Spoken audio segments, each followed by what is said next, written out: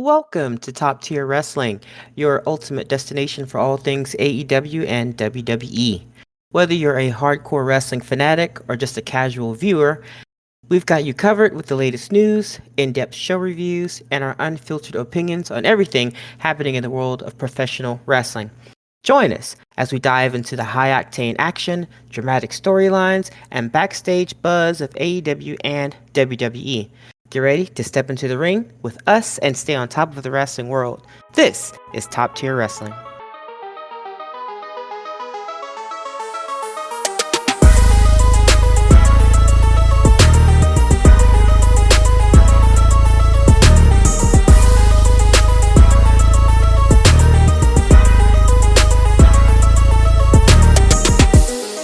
Welcome, one and all, to the Top Tier Wrestling Podcast.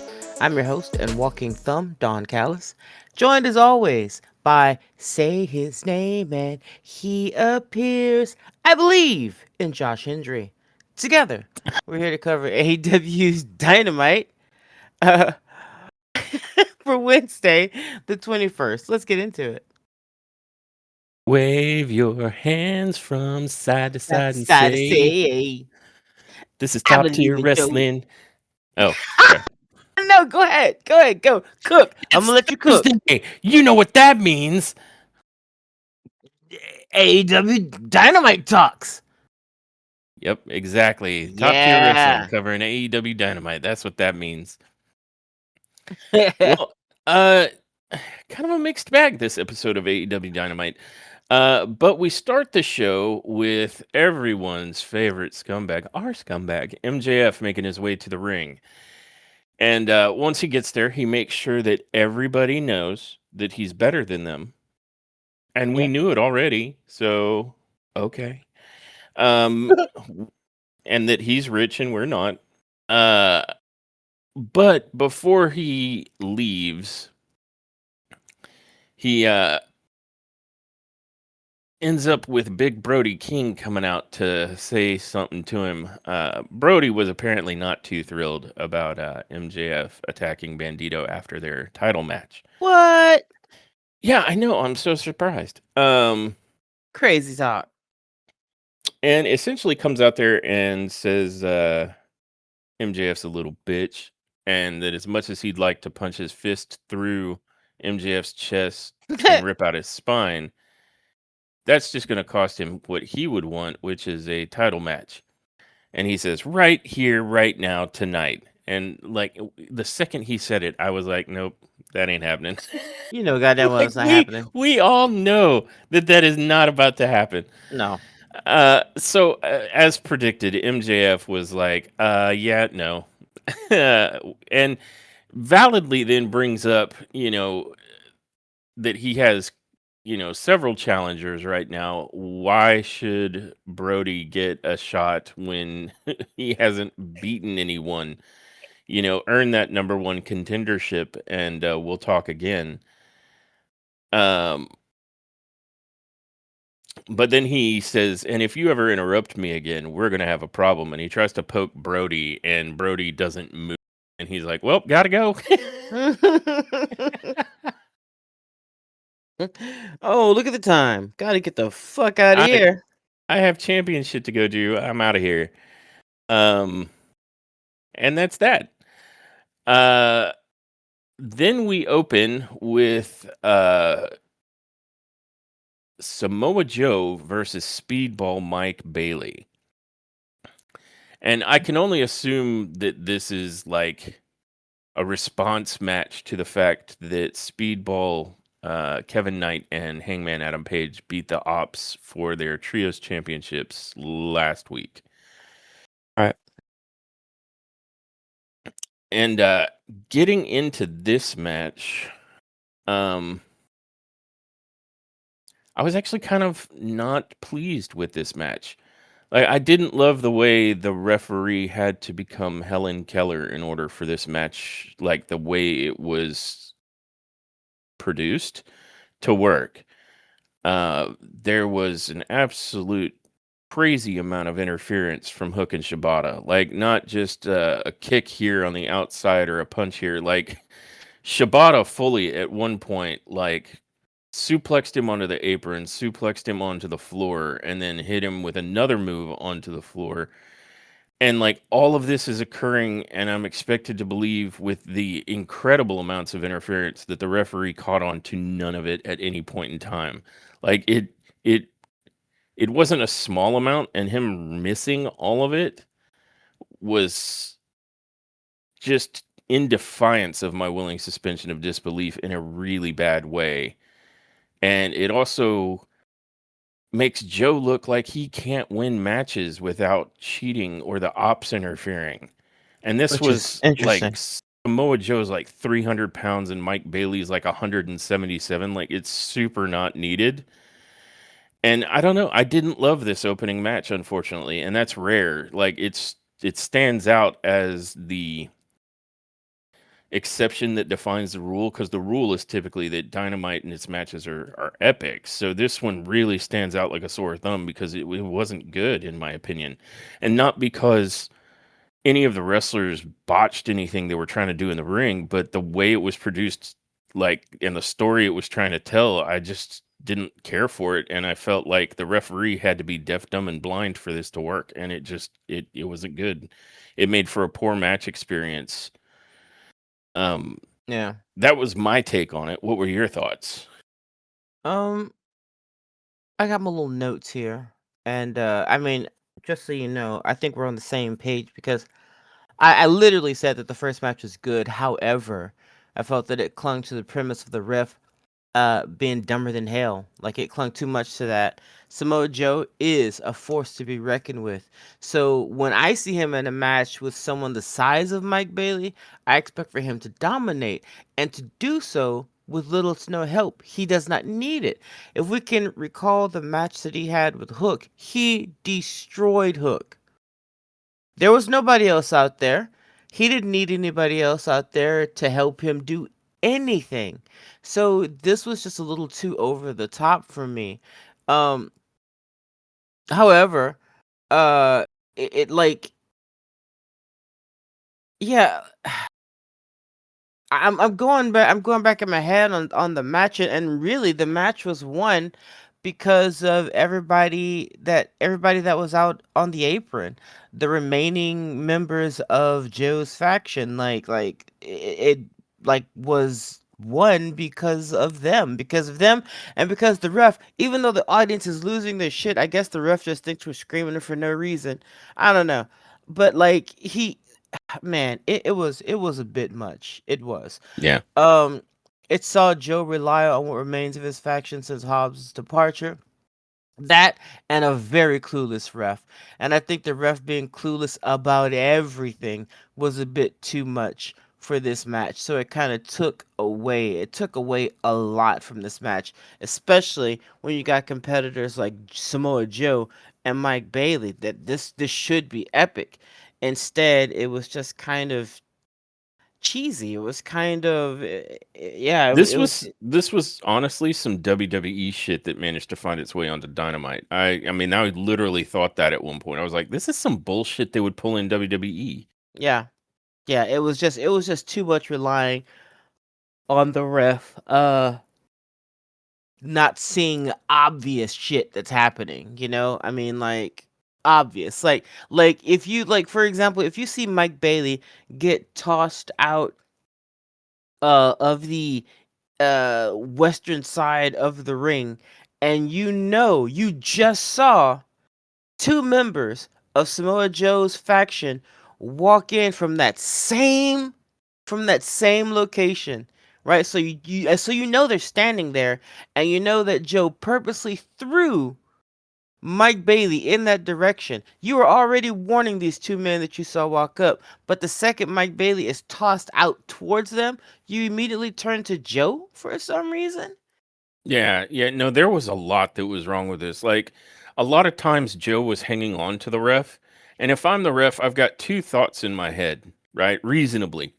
One, motherfucker, take your hands off me or you're disqualified. Like, that should be a given. And two, you're obviously focusing my attention somewhere that it needs to not be. I need to look the opposite way to see what bullshit's going on behind me. This really destroyed my willing suspension of disbelief. And AEW is usually also much more careful with the kayfabe. Like they are acting like this is a sport, Yeah. and they usually do a much better job of it. This match was just not good on so many levels. And that's before I even get into the fact that, yes, I know we had a little brief interlude where they talked to the new, what was it, Rennie Packett? It was one of their backstage crew that was talking to the new trios champions, Hangman, Mike Bailey, and Kevin Knight. And though Mike Bailey said, "Hey, Kevin, I know you've got a big match," what the fuck was Hangman doing? They're part of a trios team, and the ops come out and start overtly interfering for a long time. Where was Hangman? Where was Kevin Knight? I Yeah. mean, even if my partner had told me, "Hey, dude, focus on your match," if I see my guy is getting obliterated by the numbers out there, I mean, hell, so you have less like attachment to your teammates than the goddamn Death Riders do because they would have been out there when that shit was going on. Yeah. So this match just sucked. I mean, I can't give it any credit the more I think about it. It was not well produced. And I really, really need to say that because if by some miracle any of this matriculates to Tony Khan or AEW or anybody who books, like this is not good. This is absolutely not why I watch AEW, and this crap is not okay. Like, Yeah. don't do this. This is what will turn you into the competition that in 2025 Sports Illustrated had you beat the crap out of. This was garbage Yeah. in terms of production. Like the way this match was produced and the way that the ref had to be deaf, dumb, and blind, and two other members of the trio's champions had to completely also be deaf, dumb, and blind. And then it was so overt, like so overt. Like Shibata literally had his own private match with fucking Mike Bailey with the ref's back turned for an extended period of time. It was Yeah. ridiculous. Yeah. No, it was too much. I don't usually hand these out. And typically it would be for like Mercedes in the past, but this was the worst match of the night. This was the worst match of the episode, probably the worst match of 2026. Yeah. Yeah. It was too much. Yeah. And I would happily not attribute that to like because I know we can do better with Mike Bailey and Samoa Joe. Like absolutely we could have done better than what this was. This is not acceptable.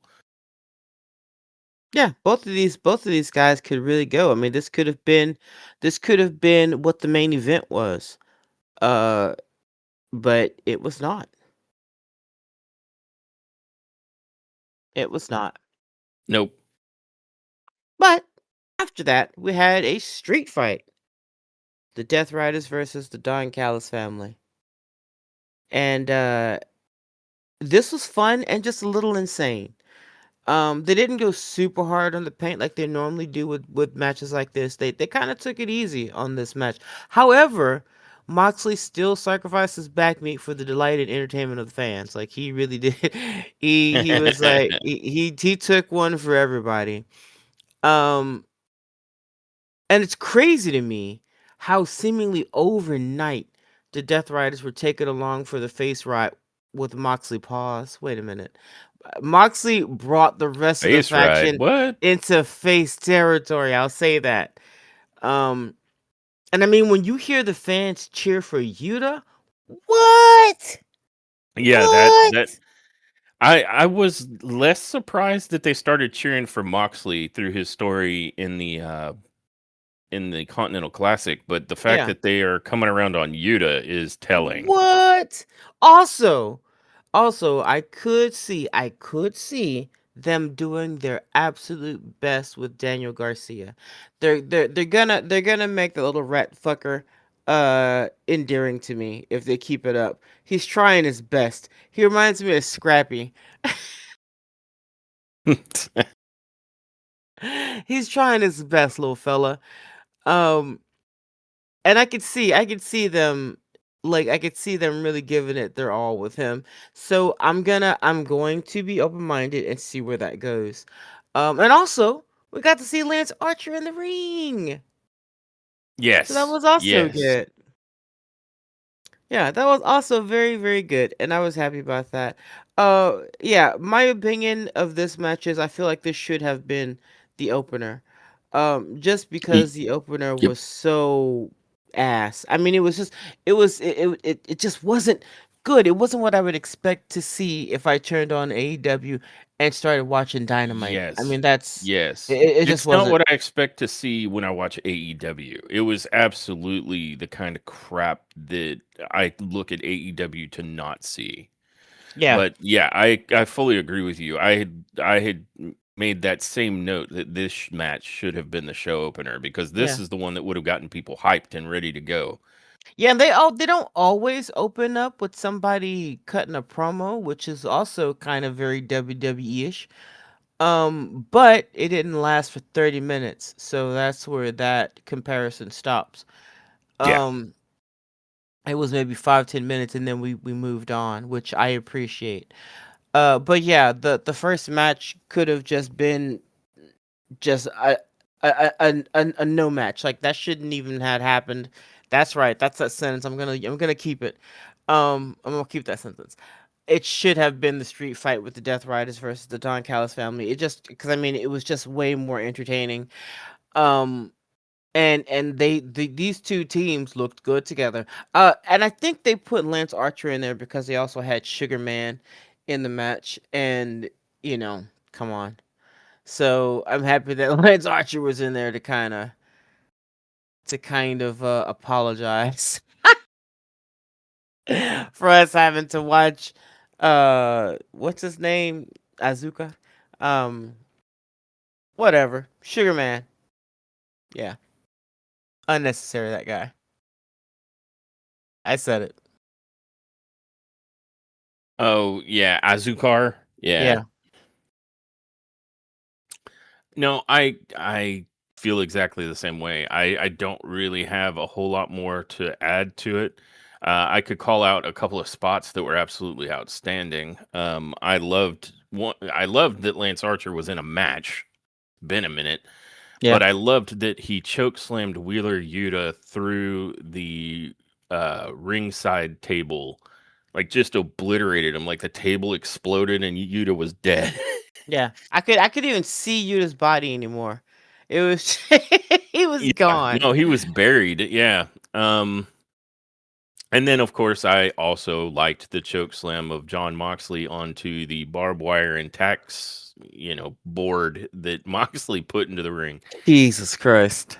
Uh, yeah, but I like those kinds of moves. Like one, I'm a big fan of choke slams, and two, I'm the sicko that they do that crap for. Like I am the target audience, so I thought that stuff was great and really interesting showing between these two. Like if you want to get the Death Riders over, I guess making them fight an even bigger heel faction is a way to do it, and so that's kind of brilliant. So yeah, this was after the like faux pas that was the opening match that was the least AEW thing I've seen on AEW. Please do not copy your competition whose asses you've beaten in 2025. Don't chase the losing team's strategies. Do not. Please don't. Um, Keep doing what makes AEW great. Don't buy into needing to be more like WWE. Please. You only have viewers because you are not WWE, and everything you are not doing that they're doing is why you have any degree of success. So keep that in mind. Uh but yeah, this match made me feel like, oh yeah, I am watching AEW. Oh, phew. I thought I accidentally tuned into a wrong station. Yeah. It was good, and Yeah. I think it's interesting that the Death Riders are still a heelish faction, like they do heel shit, but that they're getting over with the fan base. So I'm Yeah. curious to see how that continues to go. And a war with the Death Riders and Don Callis family. I mean, I'm here for that. That could be fun. Yeah, that could be fun. I mean, yeah, Don Callis has a lot more members. But if he's gonna put people like Ricky Sugarman, whatever, into the match, I think Death Riders would be all right. He just Yeah, yeah. yeah. But then again, the Death Riders are putting in Daniel Garcia, so I don't know. That's true. You are They kind correct. of even out right now anyway, unless Garcia can Yeah. really get put over. Man, they're gonna have to do a lot. They're gonna have to do a lot. Look, if they can get Yuta over, um, then I think they could possibly get Daniel. He's gonna have to let go of some of his moves. Like some of his moves are just fucking cheesy. I think the reason Wheeler got over is because not only were we rooting for him versus the storyline, but he's also pretty crazy in the ring. Um, like the dude goes crazy. So we could easily go, Wheeler, Yuta, whatever. But Garcia, that's gonna be that like yeah, he's gonna change some of his moves. Like some of them to stop being so boring. And he's so goofy. Like, all right, I'm gonna stop. I'm gonna stop. But there you are. Found you. Found you. Oh Yeah, God. yep. Um He's gonna have to work, and it may just take a long time for him to work off how much of a goofball he had been for years. but I mean, he still does goofball shit in the ring. Like, okay, he likes to put somebody in a figure four. Like he gets low. Ah! Like he's got to make the crazy scream face. Yeah. It's just not. And there was literally one point in that Uh, match where he was getting double teamed on the outside of the ring. And this was valid because this was a street fight, right? So anything yeah, goes. yeah, yeah. But at first, I thought he shouted for his mom. Like, I thought he Oh yelled yeah, "mom," and we had to look at it again, and it was like he was saying Mox, but I yeah. would totally believe that my mom, My like mommy's in the ring. that's She's in the audience. yeah, that's the character that Garcia's had for so long. Like he's really gonna have to like step away from that and find some malice and some like believable badassness to him because he just comes Yeah, across as a goofy bastard and not in any kind of good way. Like yeah, it's just bad. And so they're really going to have to work to get Garcia over as some sort of badass. Like that is the farthest thing from what I see when he comes to the ring. yeah. I agree. Um, Now I think, if I'm not mistaken, that our next match was FTR versus Alec Price and Jordan Oliver. The only thing is, I can't Who? really yeah. Yeah, exactly. I couldn't really remember because FTR beat these two men so bad that I think they were wiped from our timeline. So I can't really remember who these two men were. Um I am on the outskirts of this whole scenario because I can still even remember them. There are a lot of people in this timeline that when I say Alec Price and Jordan Oliver, they go, "Who?" Like Josh just did. So, uh this was kind of an okay match. Like honestly, it was a squash match. Um and that's with Alec Price and Jordan Oliver given seemingly as good as they got. Didn't matter. Like FTR just spanked them. Um, and then of course we had Stokely on commentary, which just y- Uh, you know what? I like make fun of Stokely, but he's entertaining. is Um, he? yeah, he's entertaining to me. I think he is. Uh, he's really really goofy. I did not see him teaming up with FTR. I didn't see that coming. So there's that. But yeah. But back to this match. I felt that it was just FTR destroying the newest members of AEW. Like welcome to AEW. We're about to destroy you now. Like there was a chest chop that one of these dudes got that I felt it on my like I felt it. Like my chest is still stinging when I woke up this morning. Yeah, yeah. Um Like the deletion drop. Like, yeah. wasn't there a man here a second ago? Where'd he Yeah. go? Where did he go? It's crazy. Um, yeah, but all jokes aside, yeah, this was a squash to me. What did you think about this match?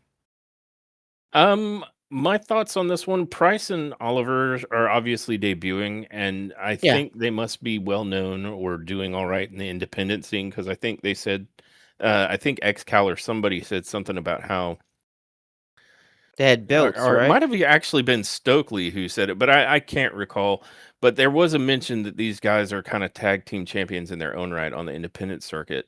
Yeah. So this is a big debut for Price and Oliver, and I mean they're going against FTR, who, whether you like what their shtick has been since they turned on Adam Copeland or not, like are legitimately one of the greatest tag teams. Who? Um,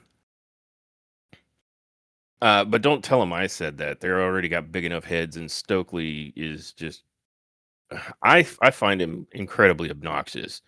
Um, They got to show off, but Price and Oliver got to show off their high flying skills because there was a long portion of the match where they had control over it because they were just moving like too quick for FTR to deal with. Um, at least until, and forgive me, this is my first time seeing either Price or Oliver, so I couldn't tell you which one's which at this point. But one of them does a turnbuckle move. So they get up on the top ropes off the apron, like they leap to the top rope and then they tripped. And they jump into the ring, kind of half recovering it, but this allows FTR to immediately hit Shatter Machine and pick up the win. Yeah. And it was basically that. Like it was like Price and Oliver got to show off some of their stuff until it was time for FTR to Shatter Machine them and win. It was basically just that. Yeah. Not bad, but not especially interesting. I think it's most interesting if you're like maybe an FTR fan, or even if maybe you've heard of Price and Oliver. FTR, like outside of that like thunderous chop, and that was more than anything the fact that Price and Oliver don't even weigh 400 pounds combined. They're much smaller in weight at least than FTR. Yeah. So, one solid backhand from Cash and they die. But yeah, I felt like all I saw memorable from FTR was Shatter Machine, and that was about it. Um, I I ended up calling this a very average match. Uh, only so engaging. I mean, it wasn't terrible, but it wasn't like epic either. It wasn't Yeah. anything that you're going to remember too much longer after the show ends. You're not wrong. I agree. Yeah, I agree with that. I did like that Shivani made sure to tell all of the fans to not donate to Stokely's website and that it was a scam. Um, because I am legitimately worried some dumbass out there will go to Stokely's bullshit website and try to donate to his fake injury. Yeah, if that website does exist, I doubt that AEW would have an option for you to actually pay something. There might be a link to their website so that you could buy some AEW merch, but Yeah, hopefully, hopefully there isn't some freaking link where you could actually do like a GoFundMe thing thing for that Stokely. would be awful. Uh, so I did find that enjoyable though. I absolutely adore when anyone and everyone gives Stokely shit, and maybe that's his whole point for existing. Um, Maybe, yeah. After that, though, we got a big announcement that the Triangle of Madness are eyeballing um, the Babes of Wrath and Statlander. Specifically, we got a promo of Tekla calling out Statlander, saying that she's unimpressed by her cosmic killer bullshit, and that if she wants to get toxic, let's go. And we also had Julia Hart and Sky Blue doing their whole weird witchy thing. More Sky Blue than Julia Hart. Julia Hart kind of just straight gave it to the camera, calling out Willow Nightingale. And I guess um, Harley and Sky Blue will end up doing something, although they kind of were the odd third person out in both of these promos because I believe they then cut to Statlander, the Cosmic Babes of Wrath, if you will, who responded to the Triangle of Madness. Um, and Statlander said, you'll find out, Tekla, why she's the Cosmic Killer. And I want to say Willow said that she's looking forward to matching up against Julia again and beating her with a power bomb in the center of the ring and a smile on her face. And then Harley was just Harley. I mean, that's as much as I Yeah. can recall of that one. She was weird and funny and tried to eat Statlander's fingers, She really wants to eat those fingers. like Um, really wants to. yeah, she keeps trying. One day she's gonna get it. One day she's gonna get it. Yep, and Statlander will be like, "Why do I not have any fingers on this hand now?" I think, in my personal opinion, I think Willow will definitely pull the victory against Julia, but Tekla could possibly grab a win here. She could win. She could be. I think she could probably, because they're kind of up on Tekla. Uh, Up like they were up on Julia like 2 years ago. They're kind of up on Tekla like that, and rightly so. She's very good in the ring. I'm surprised WWE hadn't tried to steal her yet.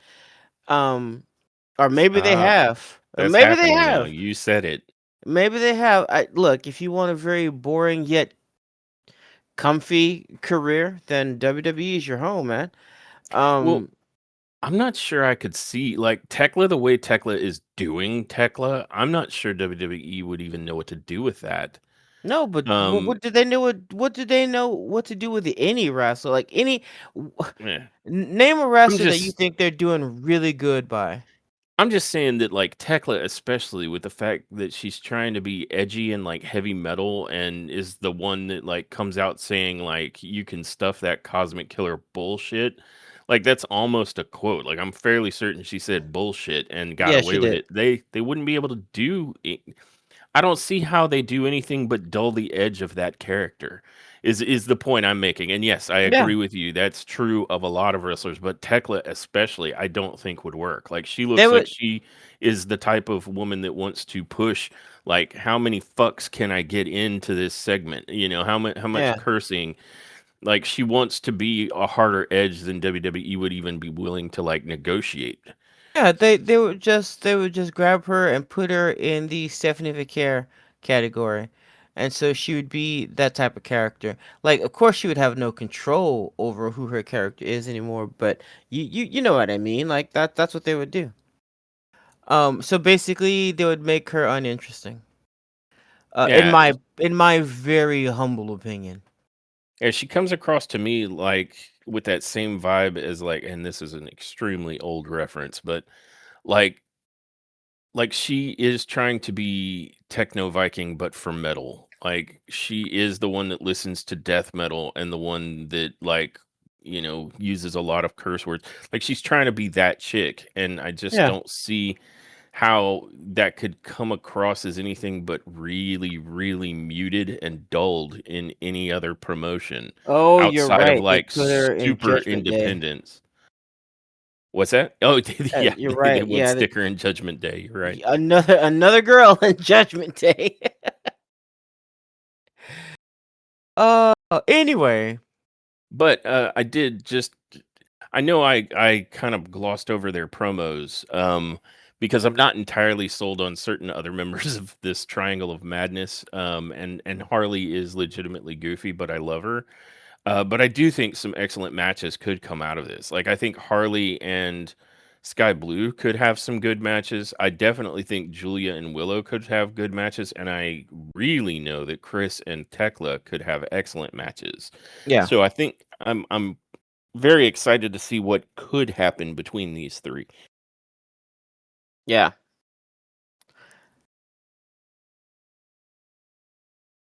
Well, after that, we get a returning Kenny Omega, the poster child for diverticulitis. Sorry, Brock, he stole your stick. Um, versus Kurt Angle from Wish, aka Josh Alexander of the Don Callis family. And I am never not happy to see Kenny Omega. I am always happy to see him. Yeah. Um, and my thoughts on this match, to their credit, AEW are really pushing Kurt Angle from Wish. I mean, Josh Alexander. I'm sorry, because of Joe Hendry, he will forever be Kurt Angle from Wish to me. Joe Hendry forever buried that dude. um, but he did put in a very solid match here with Kenny Omega, which I kind of think that might be a dream matchup for Josh Alexander, being that he is also a Canadian wrestler and probably has wanted to wrestle Kenny Omega like very badly. And they had some sick spots here. Early on in the match, Josh Alexander pulls the cover off the floor just ahead of the ring, between that and the entrance ramp, presumably to do something very nasty to Kenny Omega, who he attacked like at the beginning of the match. But it ends up backfiring on him as later in the match he gets dragon suplexed onto that same concrete that he exposed. And Yeah. just a this was just a good match between these two men. You got a lot of what you came to see from Kenny Omega, and I feel like Josh Alexander got to get in a lot of his stuff, save for his finisher.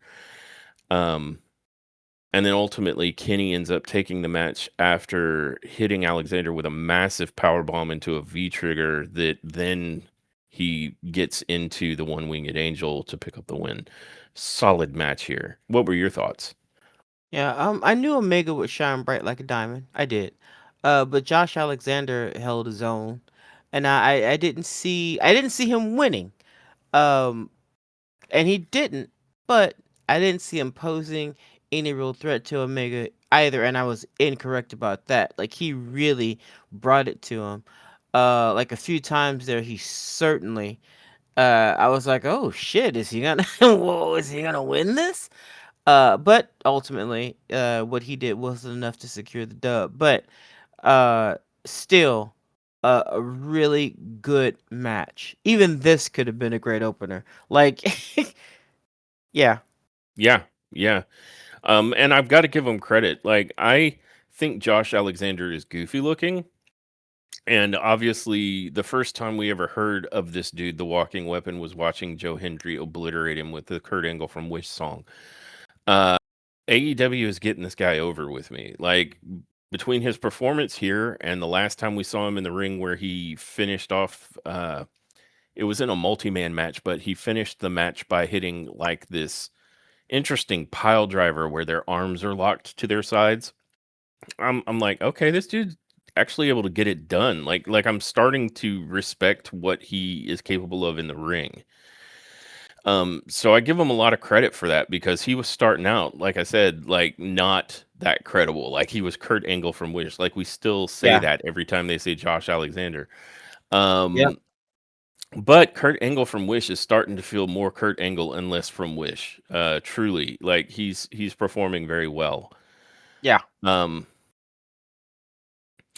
After the match, Kenny Omega grabs the microphone and tells Don Callis, he gives Uncle Don some credit and saying, hey, you got me, you struck while the iron was hot, but now you can get the hell out of here or come see me after I'm the AEW World Champion because I'm done with you. He's he lets us know that he's now living in Orlando, where this was taking place. Um, and he hasn't felt as good as he's feeling right now in years. So he's making it known that he's feeling healthy and ready to kick ass. That's the humidity. Uh, that must be the humidity. Easy on the bones. That cold weather make everything hurt. Yep. Um, so I can see why he maybe moved out of Canada or wherever he was prior. I mean, could have been But, Japan for all I but know, it's feeling into spry Orlando. as shit. Yep, yep. So now he's loosened up, and the warm weather's got him good. But he then finishes off by saying he doesn't want to talk our ears off, so he must bid us adieu and good night and bang. So we got the Kenny Omega that we came to see. Yep. Uh, and then following that match, we are taken to our fifth match of the night. So where this Raw or SmackDown, the show would have ended by now. Yeah, we'd be done. Um, we are taken to the match between the Timeless Love Bombs, which is Tony Storm and Mina Shirakawa, versus Megan Bayne and Penelope Ford. And I'm not sure if they have a team name. I think the closest thing I've heard was something like The big-headed battle bitches. the Mega Problems or the Megasis Problems or something, because they were doing like this trio thing with the Problem, Marina Shafir, and Marina Shafir does cause a problem late in the match. But uh, what were your thoughts on this match? Um, I know that you are not a huge fan of the first match. Um, and nor was I. But I honestly feel like this one was the weakest match of the night, and that's only because of my personal preferences. I don't find Mina or Penelope Ford all that interesting. And if I were to be completely honest, these two women, in my opinion, bring down their respective tag team partners. They just that again. This is my opinion. While I do feel that Ford is a better in-ring competitor than Shirakawa, I do. She has the vibe of unbuttered toast, man. Like her personality, her Oh no. when she gets on the mic, bro, it's like basic. Like she reminds me of this girl that I used to go to school with who sorry guys. She even talks like her that I used to go to school with who instead of lotion would just put spit on her knees. Like Oh no.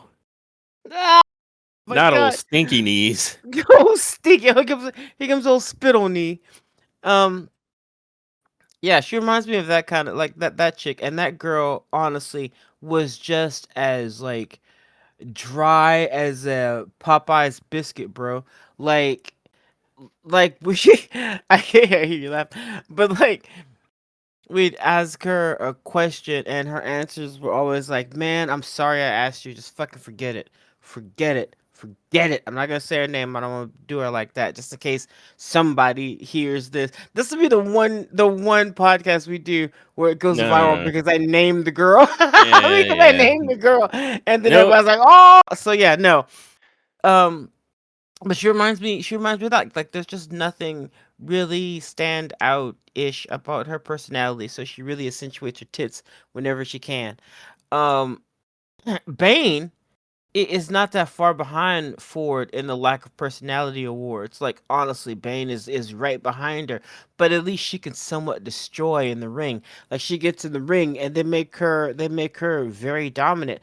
My issue with Megan was how they presented her to us when she first got there. Like she was obliterating everybody, including Statlander, which was like Statlander was an afterthought to her in her matches, and that was annoying as shit to me because I at that time I just felt like they were shitting on Statlander. Like anytime they could, Statlander was taking all the bumps for essentially the women's division at that time. And then yeah. Megan comes along and I'm like, who the fuck is this fucking long ass light bulb headed bitch? Like what the fuck is this about? I didn't care for it. But now I can get past that because Statlander is where she should be. She's got her belt, and I'm happy with that. And they've done more than just make Megan Bayne like this like they've done more with her in ring work, and she's done more there.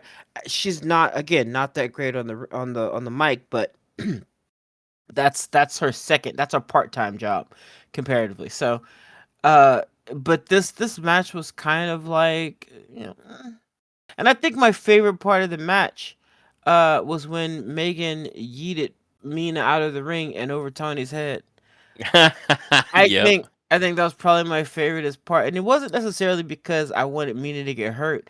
It was mainly because like she went flying, and I saw Tony try to grab her, but she was way too high up. Like Megan threw this woman, so she was way too high up. Like Tony is not 6'7", so she was trying to grab her, and she did that thing that guys do in basketball where they're trying to get the ball, like, so they just tip the ball, so she just The spun. rebounder. She just spun and fell. Like, you didn't do nothing. You didn't do nothing but give her a little spin. That's all you did. You Yep. Yeah, I found that amusing because the pitch is that they're married to each other, right? And I'm like, well, yeah. good luck explaining that one. Like, no amount of flowers or candy are gonna make up for Yeah. the I fact was that you like, let her hit the uh-oh. floor. Looks like tonight is couch night for Tony. It's like- yeah, and then and immediately you could see immediately Tony was on top of her. Pause. Tony was over there checking on her. Once she hit the ground, just to see if she was okay. She was like laying around her so they could have the little conversation to see if the other person's okay and that type of thing. And I'm sure Yeah. Mina was like, saying she was fine, but like hypothetically speaking, or kayfabe speaking, and they go home and they're like having dinner. Just it's gonna be all good. Like Mina won't bring it up until just like a random time. Like they're laying down, they're laying down, about to go to sleep. And Mina's like, remember that time? that that that Megan Bane threw me out the ringing over your head, and you You let me hit the floor. you instead of catching me, just jumped up in the air and slapped my side and spun me around, give me a little bit of more momentum so that I can crash More real hard mental. into the floor. Yeah, more momentum. You're trying to kill me. God. No, sorry. Oh, Well, if I may, here's what I thought of this match. It was okay. Like, this one is kind of in that same category as the one that I just spoke to regarding FTR. This was very averagey. And yeah, as funny as it might be to joke about, I didn't love that Mina Shirakawa basically got yeeted to the floor. yeah. AEW is usually much better about catching their flying out of the ring wrestlers. And, that's not something I want to see them change. So, try to fix that and not have it happen again. As funny as it may have been in the moment. Yeah. Um, but my biggest thought on this match is Penelope Ford actually cleared to wrestle? Uh, I know they said she is, but twice now, her and Bane have had matches since Penelope's return, and all she does is get tagged in for the finish. I mean, or that's as much as it seems like. I think she did like one or two other things, like she did a moonsault off of Megan's back, but largely it's basically Megan Bane destroying two people in a tag match, and then she will token tag in Penelope for like two spots, one of Not the which token is tag. their doomsday device. Um, so I don't feel really like Penelope Ford is fully cleared to wrestle, or they don't trust her to do much in the match. Is she your Dragon Lee? Um, Hey, they're up on Dragon Lee over there, so yeah, that maybe tells she me is. everything I need to know about them. Maybe she. But Hey, more than Ray Phoenix. Boy, if I were Ray uh, Phoenix and I heard that, oh my god, I'd be like, I don't rage, know. I don't know. rage. Yeah, my When contract. when I'd be waiting for my contract to be up. when your company is more up on a luchador who botches in more matches than not, that is not good. That's Maybe they crazy like him talk. better because he's got little wings so they can sell more action figures or some bullshit reason like that. I don't But know. That was a crazy statement. All right, anyway. but that was basically it. Like, this was a mid match. Like, if I cut away everything that I think is extraneous or that I'm not that into, because I'm not sold on Mina Shirakawa, I'm sorry. And I don't share whatever the buy-in is on everybody wants Mina. I don't personally find her that attractive. Um, and then you cut away the other unnecessary components. This ends up being a singles match between Tony Storm and Megan Bayne. That's it. Yeah. Yes. And Exactly.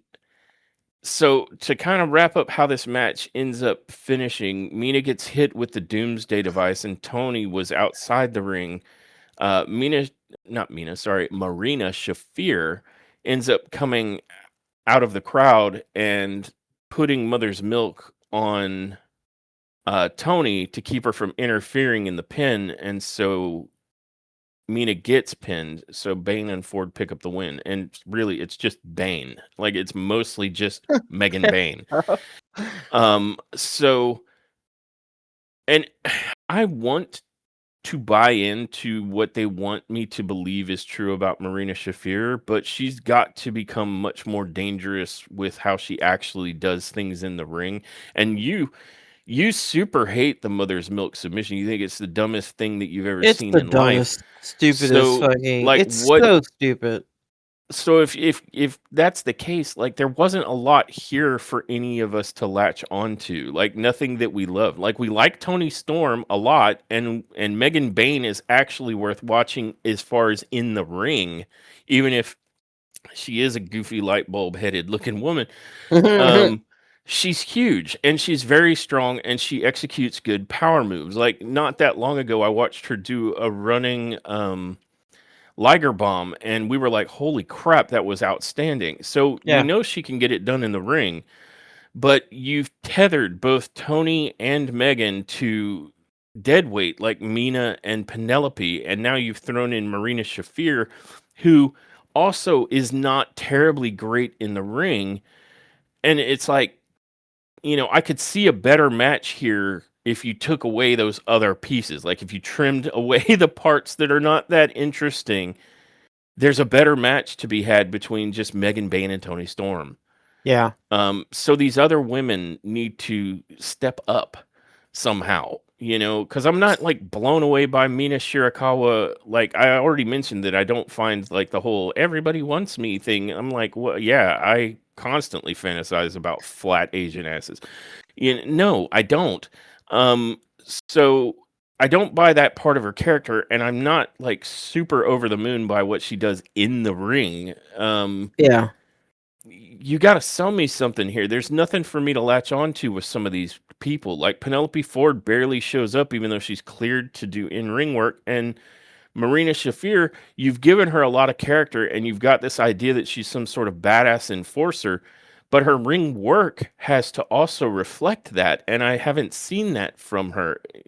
Now, maybe we're going that way, so I'm more than willing to give it time, but these are the things that I would need to see corrected for me to have interest in any of these other women besides Megan Bayne and Tony Storm. That's my take on it. Yeah. And this was a very, very like average match. Like nothing again like the one with FTR versus Price and Vincent or whoever those two dudes were. And that's my point. These are very forgettable matches on the card. Nothing to write home about. Yeah. I agree. But that then brings us to the main event, which is Swerve Strickland versus Kevin Knight. And what were your thoughts on the main event? Uh, this is gonna be real simple. I don't have a lot to say. This was easily match of the night. Uh, the best match that we saw that night was the main event between Swerve Strickland and Kevin Knight. Swerve looked amazing. Kevin Knight though, Kevin Knight, I could see why they had this match. They were really trying to let Kevin Knight shine. They've done so with Mike Bailey. He's had his moment. He has like so he is up. Like people are into Mike Bailey for several reasons: his personality, his in-ring work, and he's insane in the ring. We've all gotten to see that. This was Kevin Knight's moment to do just that, and he went above and beyond. Him and Swerve Strickland looked fantastic together. easily match of the night. I'm done. Yeah, I agree. It's a great match, easily match of the night. Um, and I do want to say this on any night of programming would have been a excellent match. But unfortunately, on this particular card, it was very easy to be match of the night because there wasn't a lot of competition. And I don't mean that to sound like Swerve and Kevin didn't kill it out there. They did. They were about the only ones that did. Everything else was only good to average, I felt so far. Um, this match was Swerve and Knight leaving it all in the ring with some great spots and a really good back and forth bit of storytelling. Like Kevin Knight was going move for move, pound for pound, countering and Swerve was given what we're used to Swerve given. Uh, it they had good chemistry. The back and forth was excellent. It seemed like Swerve and Knight had an answer for just about everything the other one was trying to bring to the table. Um, and I have to say, like for a moment, it looked like Kevin Knight might get Swerve Yeah. near the latter part of the match. Kevin Knight uh, hits the coast to coast on Swerve Strickland, the same move that put Darby Allin in the hospital. Um, and he follows that up with a UFO splash. And after the UFO splash, he goes for the pin. Swerve kicks out and he starts laughing. He's smiling and laughing in the corner. And he sort Swerve of rolls is. to the center of the ring. Swerve is. Yeah. And I think I stopped and I said, Kevin, you should be careful. Swerve is sitting there laughing like that. Yeah. You just hit him with like your big shit and he's giggling. That would be intimidating. And so Swerve kind of rolls to the middle of the ring and sits up on his knees, and this prompts Kevin Knight to hit a house call on Swerve, and he goes for the pin. Swerve hangs in there though and proceeds to kick out, and there's a bit of back and forth, and coming off the ropes, it looks like Kevin Knight goes for a flying clothesline, and Swerve hits a house call on him in midair. And then he picks up Kevin Knight and puts him into a vertebreaker. And I thought, he's dead. You vertebroke him.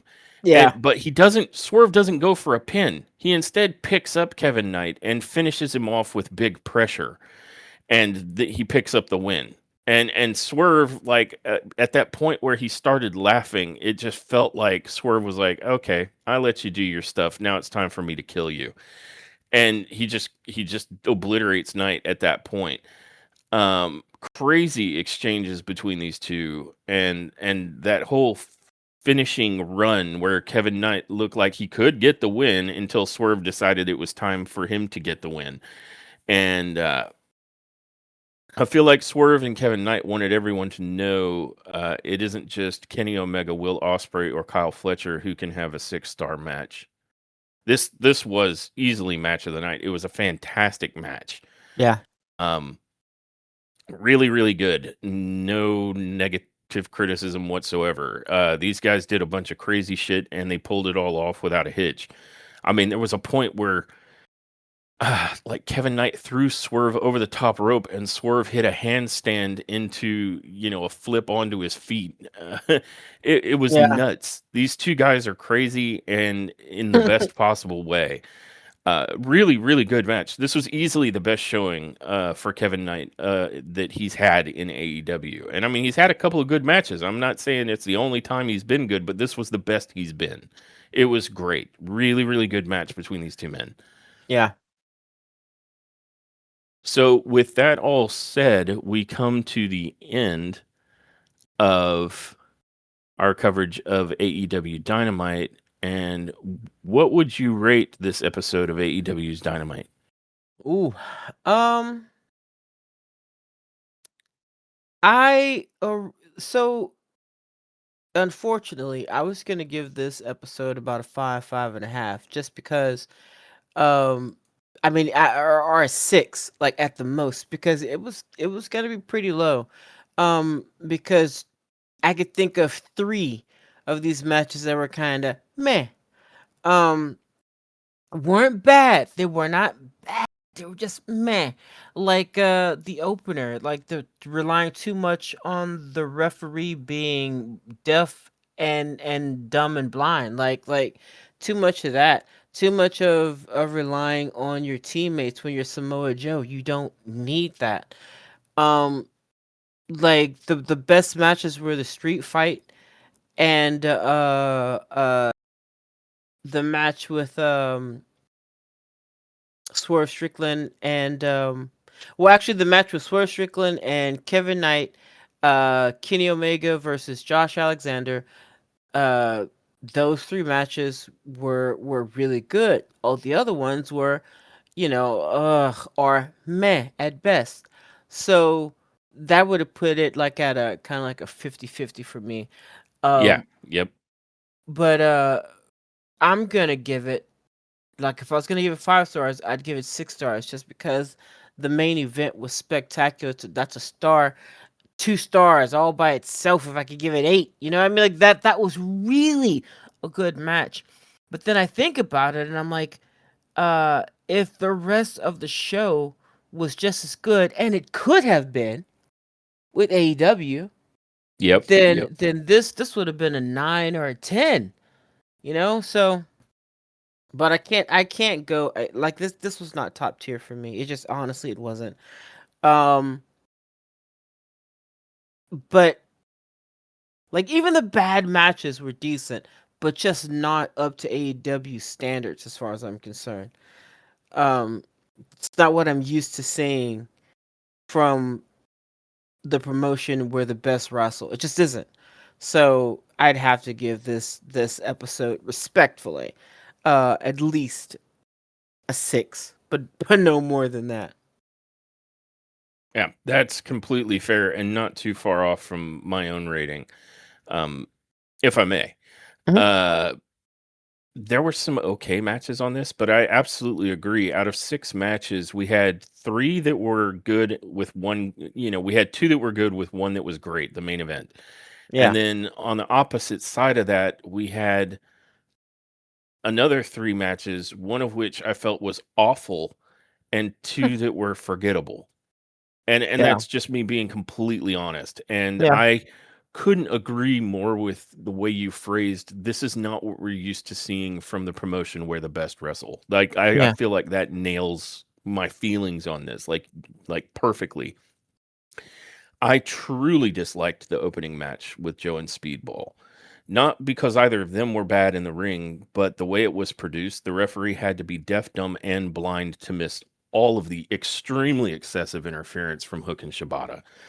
Yeah. And FTR versus the 2 new guys carried almost zero interest for me. I know FTR is a very lauded and accoladed tag team, deservingly. I'm not questioning that, but I'm not that into them. Like since they've been heels, I'm just not that into what their shtick is. And then you pair that with 2 guys that I've never heard of before, and so that was just not that interesting or engaging for me, that match. Um, and then we come to the women's tag match, which was like the very definition of average, if not a little on the mediocre side. Uh, being not very engaging and leaving me wondering if Ford is actually cleared to wrestle. And as I said when we were talking specifically about that match, if I cut away the components that I don't find interesting at all, we have a singles match between Tony Storm and Megan Bayne. And that's not me disagreeing with your assessment that they've portrayed her at least as if she's got the personality of, how do you put it, unbuttered toast. I think it's Yeah. perfect. But she can get it done in the ring. Like, if I'm watching for pure in-ring action, I think Megan can deliver that. Um, so if I counterbalance the negatives and the positives, uh, and I think I was more generous than you were with what I felt Swerve Strickland versus Kevin Knight did for the episode. I arrive at a 6.5 out of 10. Mm. And that is largely because Swerve and Knight was so damn good. Um, And we haven't had that on Dynamite for a while, an episode that just wasn't fully awesome, but, even though they had a killer main event and Kenny Omega on the card, this wasn't top tier. No. And to AEW, I would just like to say, please do not copy your competition. Don't fall into the trap of long promos at the start of a show. Don't give us a shitload of long or lengthy recaps of former episodes like we don't have the attention span of a flea or we just tuned in yesterday. Um, please know that you're succeeding for doing your thing. Do not follow the tactics of a competitor who you are beating with your product. Please. Don't fall into those traps. I saw some stuff on this episode of Dynamite that made me very nervous for the direction of AEW. And I had said in previous episodes, I believe that I'm hoping they can keep up the badass programming that they had during the Continental Classic. Well, this episode of Dynamite would lead me to believe that maybe you can't. Yeah. So, for what it's worth, if anybody there hears what I have to say, my advice would be take this as a cautionary. Like, you were hot in 2025, best year you've ever had. That could all turn on a dime if you start producing mediocre shit. Because you are on the up. You've gotten some mainstream recognition from Sports Illustrated, but people will turn back to WWE in a heartbeat because it's been around for so long. It's like we tried that new restaurant. It was okay. They were good, but then the quality fell off. So we're going back to McDonald's. That'll happen. So you've got to stay on your A game. Every episode of Collision, every episode of Dynamite, and every single pay-per-view has to absolutely bring the thunder because you are still the challenger brand. Keep that in mind. Yeah. Because this was the first time in quite some time that I could say that Dynamite was not top tier. So with that has been our review of AEW's Dynamite, and I want to thank everybody who has listened to this episode and made it this far. And I would invite you to watch for our next episode. We have been having a little bit of a shaky time getting our scheduling down since we switched to covering this promotion, but our next episode should be our coverage of AEW Collision. Look for that. I want to say Monday. Since it happens on Saturdays. But at any rate, with that all said, I don't think there's anything else for me to do but roll the outro. Bye, guys. Thanks for tuning in to this episode of Top Tier Wrestling. We hope you enjoyed our deep dive into the latest AEW and WWE news and shows. Don't forget to subscribe to our podcast so you never miss an episode. Follow us on social media for updates and to join the conversation. Until next time, everyone, remember, wrestling is always better when it's top tier.